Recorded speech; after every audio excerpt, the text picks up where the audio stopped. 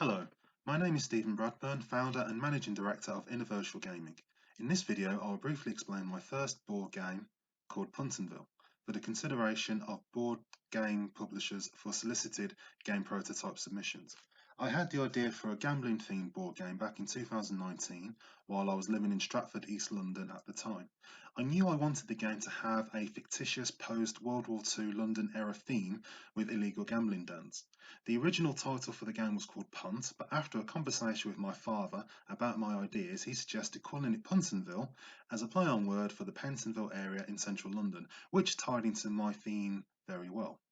Before I start to explain the game, I would like to state Puntonville does not encourage underage and vulnerable people to gamble, nor does it contain tips and strategies on how to play real-life betting games of chance.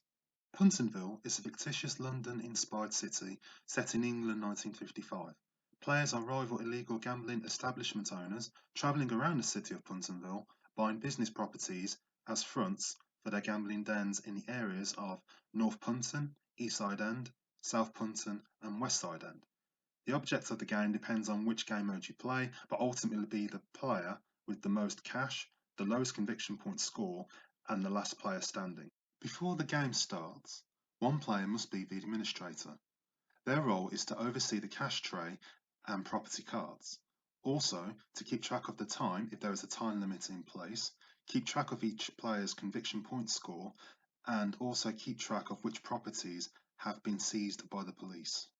Puntonville has 5 game modes for players to choose from, offering players replay value and trying out different gameplay strategies to win.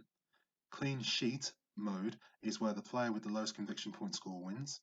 High roller mode is where the player with the most cash at the end of the game wins. Property tycoon mode is where the player with the most properties at the end of the game wins. Last player standing mode is where the last remaining player wins. Secret objective mode is where the first player to complete a secret objective card wins. Secret objective cards range from players required to collect a certain amount of cash to owning certain properties.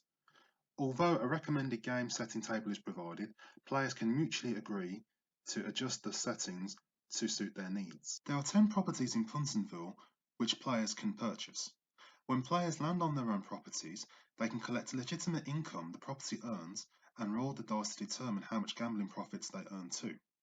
When players land on properties owned by other rival players, they have the choice to gamble themselves by putting up a wager and rolling the dice to determine if they win and make a profit or lose and give the wager amount to their rival. Players move around the board in a clockwise direction. When they land on the tube station space, each one named after its respective city area, they have the choice to pay a fare to travel to any other tube station on the board. Puntonville is a game that has its share of risk and consequences.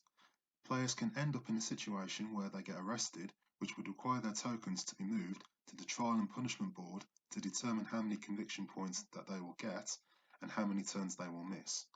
Once their trial and punishment is completed, their token will be placed on the courthouse space in East Side End where they can resume with the game.